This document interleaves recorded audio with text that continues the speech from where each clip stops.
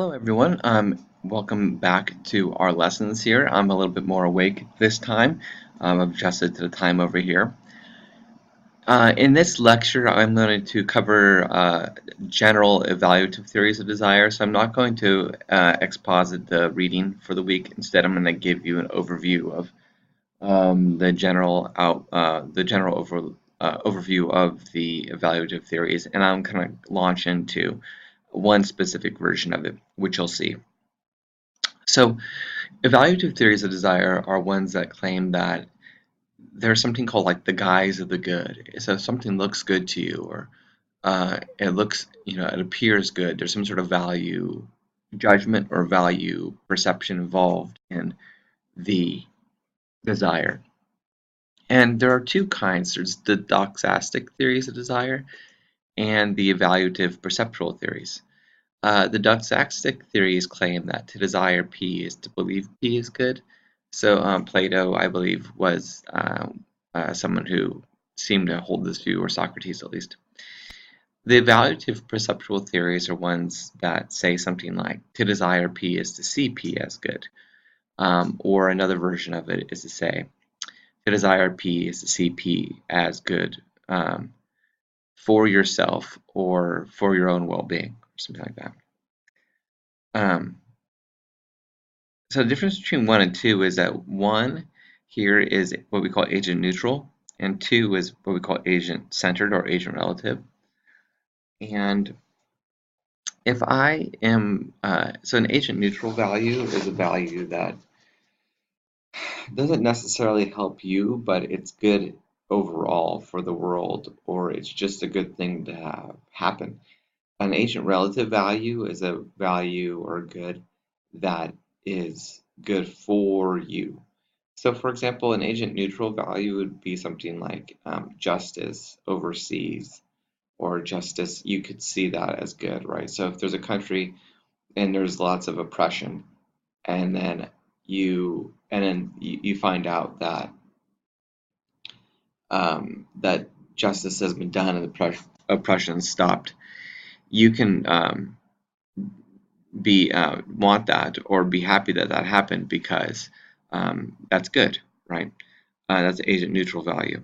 An agent relative value, on the other hand, is one where it might not be good for you that the justice has been done, right? So it, it's not that it's bad for you, but it's not like it doesn't improve your life in any way. So if an agent relative value is one like that, it's one that increases your own well-being. It's good for your situation. The problems with doxastic theories are that you can believe something's good and not want it, right? So I can believe that eating healthy is good but not want to do it. And so if the doxastic theory holds that to desire P is to believe P is good, then if you believe P is good, then you'll have to want P, right? So if I believe kale is good, then I'll have to want kale. But obviously, I believe kale is good for me, but I don't, most people don't want it. I don't want it, right? So doxastic theory, we don't. I'm not going to. We kind of dismiss for those types of reasons. So moving on to the evaluative types of theories, though, we have evaluative perceptual theories. Number one, to the agent neutral view, and number two, the agent relative one. So regarding number one, for me to see P as good means that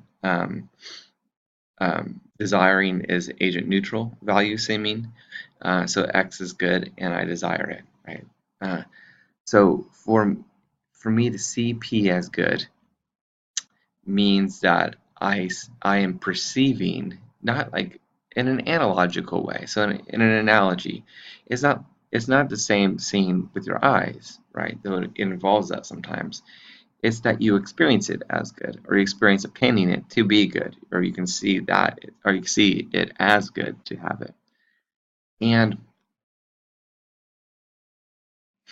this, though, holds that you can want justice to be done overseas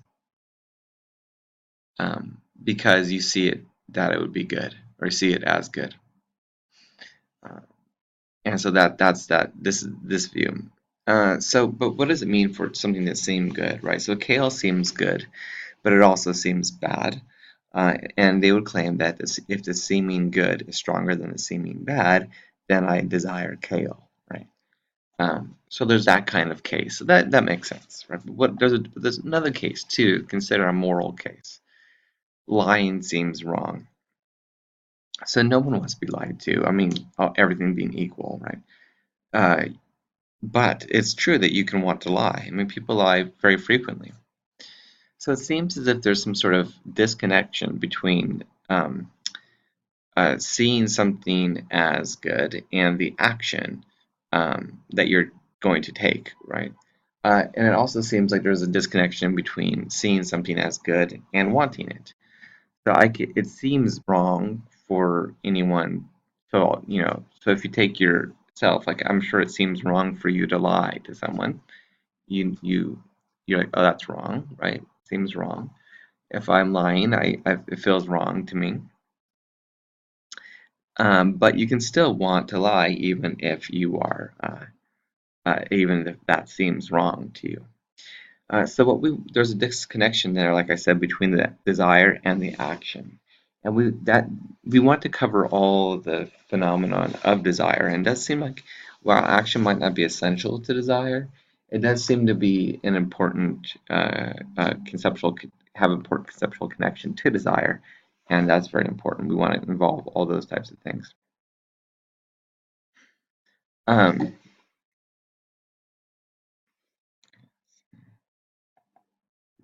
so if we take number two, the second case, the agent relative case, regarding two, for me to see P as good for myself, that desire is agent relative value assuming. This means that X seems good for me, and so I desire it. Here I can say kale seems bad for me. It's gross, right? Causes me a mild form of pain or something, and so I don't want kale. It seems bad for me. If you consider the moral case, right? Uh, Lying in a certain circumstance can seem good for me because what I get out of it, right? I don't want the pain of being in trouble or something, so I lie. So I want to lie. I That pizza looks really good, so I want to steal it because I don't want to have spend money or something. Spending money can cause pain, right? We can suggest in this case, it does not always, obviously, but if something seems good for you, then a desire isn't necessarily an ethical action guide, because as we'll see in a moment. But what it does though is it points you at intrinsic values, and so it seems good for you. Lying seems good for you at certain times because it enables you to avoid pain, which seems directly bad.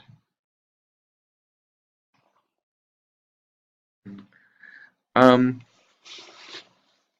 And so this agent relative addition makes a connection between action and desire fit much more neatly than the agent neutral view does. If something seems wrong, good for me, then what that means is it appears to me to be something that would help me, right? I see it as good for my well-being. I see it as good for my embetterment, for my life. And so, since it appears to me good for that reason, that is what the desire is. Now, another element of this is what we call the eudaimonistic uh, view. And this, you can remember this when we talked about Nussbaum. Eudaimonism has to do with flourishing as a human. And so, the claim here then is that um, to desire something is to see it as good for your own well being. And but that's not like a heat. It's not like an egoist type of thing. It's not saying that the only thing that matters is you. I mean, that's an ethical judgment. This is prior to ethical judgments. In this case, Desires are what we'd call non-cognitive. They're not true or false. They're value seemings. Something seems good, something seems valuable. It appears to you in that way. It's not cognitive. It's not related to beliefs in a direct way. And so the eudaimonistic view, this view is eudaimonistic because it claims that a desire is a perceptual faculty, a perceptual power that you have that enables you to pick out in the world or be attracted to things in the world that would improve your overall well-being. Now, of course, there's a problem for the agent relative view. It seems as if sometimes you could want something that doesn't have any impact on you, right? So I might desire that a turtle be rescued that I see on TV. Um, but if the turtle is saved, right, it would no way impact my well-being. So, you're watching TV and you see a turtle who has a plastic soda ring thingy attached to its neck, and you want it to get off, right? You desire that, get the plastic soda holder ring thingy off of around its body. But it's not going to impact you at all whether or not the turtle gets the soda um, holder thing removed from it, or if it gets taken out of tar and rinsed or something. That's not going to impact your well-being. So it seems like this is a case for the agent neutral view, which holds that if you desire P, you see P as good. So I see the turtle being rescued as good, and that's why I desire it. But um, if you're an agent relativist, right, if you think that desires are agent relative in the sense that they are value seemings for your own well-being, then it's hard to explain this. So you can claim that this is similar to, it's related to compassion. I take it that if I have compassion on a turtle, then I'm allowing a turtle into what Martha Nussbaum called my circles of concern. So these are things that I am concerned with, right? That I think are important to me in a way. And so her quote though is this. She says, with regard to compassion, for compassion to be present for the person, for compassion to be present, the person must consider suffering of another as significant part of his or her own scheme of goals and ends.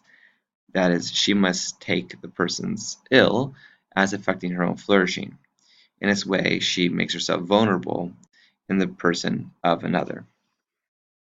Okay, so let's adjust this for the desire case. So for desire to be directed toward another's well-being, so not your own, but to another's well-being, the persons must consider the suffering of another as a part of his or her own scheme of goals and ends. So it's not the case that they need to be a significant part of your own scheme of goals and ends, but the person desiring must take the person who's suffering as affecting her own flourishing in a way.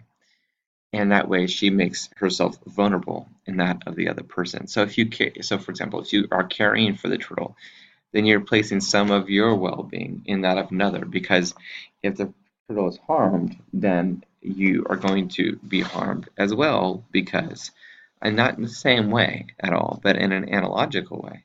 Because if you are desiring that um, the turtle be saved, you see that as good for yourself in a way, because you care for the turtle at that point. And if the turtle isn't saved, then that's going to have cause you some sort of degree of pain. Desiring the turtle be saved is very similar to caring for the turtle. And this desire is what we call self-regarding, because the person sees or experiences the safety of the turtle as connected to his or her own well-being. And so here, when you have desire for someone else's well-being that isn't connected to you, or even is connected to you, the agent relativist is just going to claim that this is similar to the way caring and compassion works, that you all of a sudden have adopted them into your own circles of concern, and since they're now adopted into your own circles of concern, then you see your well-being wrapped up in theirs to a certain degree. Now, an interesting thing about both evaluative theories, but especially the agent relative one, is that you can desire something and also believe it's bad. And this seems to be related to acting immorally. You can believe that something is wrong, right, but still see it as good for yourself. And in this case, so you can be said to not really be wanting that bad thing directly, but rather wanting it as like an instrument to give you something that you actually are looking for. So the lying case that we brought up earlier, I might desire to lie, might want to lie, but it's not like because I like to lie by itself. So some people get a rush. I think it's of adrenaline or something, right? Just to get some sort of rush from lying. Now, it's not like the lying is what you're ultimately wanting, because if the lying didn't give you this rush of adrenaline or didn't get you out of trouble, you wouldn't do it, or didn't impress people or something. So what you're really looking for then in wanting to lie is wanting that rush of adrenaline, wanting to save yourself some pain, or wanting to be approved of from other people, or something like that. And so this leads to levels of desire. And you have the two levels of desire are what some people call intrinsic desires and instrumental desires. I'm calling them here root desires and motivating desires, which might be more trouble than it's worth. But the idea is that when I desire something, sometimes what I want is something that that object can give me. So if I desire a Coke, or a cup of coffee, and I drink the cup of coffee, and it turns out the coffee, I drink the coffee and it doesn't satisfy me. Well, maybe it turns out the coffee is decaf, right? But really, what you were looking for was that buzz that the coffee would give you. Um, so you desire to have a beer or something, and it turns out the beer is alcohol free, and you don't want the beer anymore, and because really what you're looking for was the pleasure of the alcohol, or you want a specific type of taste, right? And so you see that taste gives you a particular kind of type of pleasure. So here then, to split it off between root and motivating desires, or R desires and M desires, if I have a root desire for something, that is, I see that thing as intrinsically valuable, specifically that thing can improve my overall well-being to a certain degree. These are called root desires because it's at the root of your ultimate desire, like your sum desire. Now, the parent object or the object that you're looking for, looking at that you're wanting, or state of affairs that you're wanting, these call your motivating desires, your M desires. If I am wanting the cup of coffee, well, that's my M desire. I want that object, the coffee. But really, what I want from the coffee, the root of my desire, the intrinsic desire, is the pleasure the coffee will give me. And that's what I'm looking for. So if I don't get the pleasure from the coffee, then my desire isn't satisfied. And that's because at the root of all our desirings is that something is a longing, is that something seems good for your own well-being. So, like I was saying, a root desire is a desire for an intrinsic good. It's a perception that an intrinsic good is to be found in obtaining some sort of state of affairs or property. Intrinsic goods are those things that make your life go well. They're things that are good because of what they are, not because of what they can do. So these are, for example, pleasure or autonomy, freedom, being in a loving relationship. These kinds of things are intrinsic goods, consciousness, life. So the root desire is a desire for an intrinsic good. And the case I gave earlier is the beer case, right? So if the beer didn't give you that restful state, then you wouldn't want it anymore. It's because your R desire wasn't satisfied. The motivational desire or the motivating desire, like I said, is a desire for the particular object. They say that S desires P, they say that S perceives good. P is good for his own well-being, and that's fine. That's kind of the object desire, the motivating desire. The root desire has a slightly different structure. It would be something like S desires P, if and only if F sees P as intrinsically good for P's well-being, or just intrinsically good. But the intrinsically good here means that it improves the quality of your life. The object of the root desire or the state is something that should increase your well-being and make your life flourish. It's a desire for an intrinsically good thing, intrinsically good state of affairs. But the motivational or motivating desire is not the same. It cannot increase your well-being, and it can actually cause you a significant amount of harm. But it could also not, right? And so that you can separate the R desire and M desire. You can separate them in this way, right? So imagine that there's a heroin user, a heroin addict. So what does he want from the heroin? He wants the feeling or the euphoria, we'll say. Well, that's the R desire, because pleasure is intrinsically valuable. The feeling of the euphoria isn't bad at all. There's nothing wrong with feeling really good, right? And that's because pleasure is an intrinsically good thing. But the object of the M desire is what you could call the wrong object, not because it doesn't give him the intrinsic desire. It's because ultimately heroin causes disorder and death, and it takes away what the desires are trying to achieve, which would be a life of flourishing, human flourishing. So here we're claiming that a desire is a perceptual faculty or tool that enables you to be attracted to things that would increase your overall well-being. But heroin doesn't. It actually kills you, uh, though it seems good to you because it gives you euphoria. It seems too that a lot of our moral mistakes are related to this incongruity between the R and M desires. Um,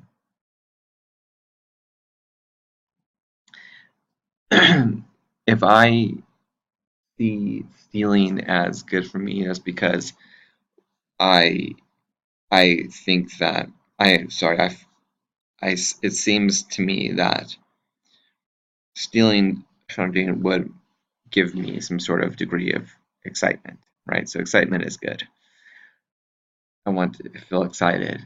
But the thing is that if I have an incongruity between the root desire and the motivating desire, if the ultimately the object desire, like the stealing itself, that's going to cause me pain, right? And it's going to not increase my overall well-being. And when that happens, then usually there's some sort of moral failure going on, or um, uh, something morally bad happens. Um, and so this is an interesting element of the agent relative view because value seemings aren't perfect in the M category, in the motivating category. So you can be wrong about the M desire, about the object desire. I can be wrong about lying, right? Maybe I see that lying will get me out of trouble, but then if I get caught, it will just make things worse, right? And maybe it will cause me guilt or something, which will cause me pain. But I can never be wrong in my R desires. They're always right. Uh, so what is it that I really want from lying is the pleasure. What is it that I really want from the heroin is the euphoria. What is it I really want from the coffee is the buzz.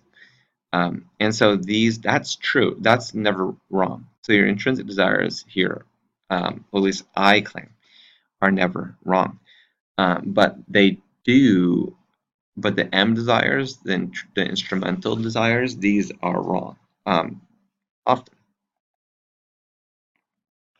Another thing, that eudaimonistic feature of the evaluative theory is that you need to find a balance of the desires, of the intrinsic goods in your life. So the the the goal, the function of the desire is to see goodness, good things in the world, so that your overall life will flourish, right? Now, but you can't overly value one intrinsic good over other ones because then you have all kinds of problems. So the heroin addict is favoring pleasure over autonomy, an upward trajectory of life, like improvement over time, virtue, and community, right? These are all goods. And so to have a flourishing life, right, that's the goal. The desires are enabling you to see the goods so you can collect them and have them related to each other in such a way that they promote your life as opposed to crippling your life. You want to avoid what Friedrich Nietzsche called a reverse to cripple. These are people who have too little of everything and too much of one thing. So the sutras describe these people as being having one large eye or a huge nose when one person devotes his entire life to one thing at the expense um, of all other aspects of being human. Then this person becomes a reverse cripple. So the idea is that if I am devoting my life to one thing as opposed to multiple things, because it doesn't need to be everything, I suppose. But if I am just an academic, just reading books all the time at the expense of my physical health, then I'm going to have all kinds of problems, right? If I love the feeling of wine too much, then it's going to cause me harm. So I like this illustration that Nietzsche gives people with a real big eye, right, who always are reading or something, or their back has a huge hunch from reading, and it weighs them down, right? They have a huge nose because they are very into food or wine or something, but the nose is so gigantic it pulls them toward the ground, right? And so they're excellent at picking out distinctions among flavors and all these different things. Or someone's excellent at being an academic, right? They're brilliant, but they're terrible at everything else, right? Or and so they're if someone with a huge nose was so big, right, that their big nose is so big that it caused them to fall over, if that person was able to then grow his legs larger, his chest larger, his neck stronger, his back larger, his shoulders, then he could pull himself up and walk around, right? And then function well as a human. But when we just focus on one thing, one intrinsic good, as opposed to the other ones, then we at a certain level, we're not being excellent at being human. We are failing to live as flourishing of a life as we could. And so the desires then, what their goal is to point you toward these intrinsically good things in the world. But you have to be careful not to just fixate on one and be compelled just to one at the expense of the other. And this is related to things like temptations and stuff like this and compulsions. If I am tempted to do something wrong, right, then that's going to I see it as good, right? Looks very delightful, whatever. And but if I am just following this temptation, then I will be stuck in this rut, and it will force me not to take care of the other important features of my life.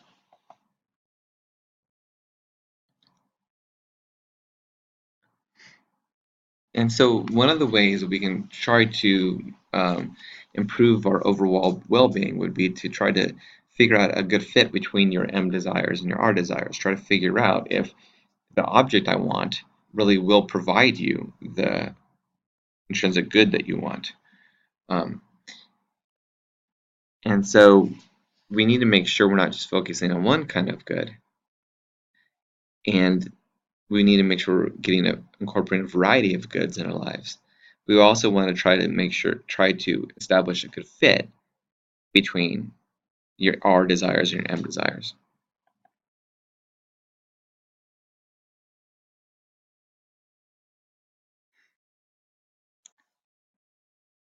All right. And so at the end of this story here, you have these root desires, which are perceptions of intrinsic value, desire for freedom or pleasure or whatever, and motivational desires, motivated desires, or M desires, and these are perceptions of a particular object as good for the self. So desire to leave a job or drink a Coke. And the function of desires is to increase your well-being of your life. But you have to be smart about it, and that's where ethics comes in. So desires are not cognitive, they're not true or false.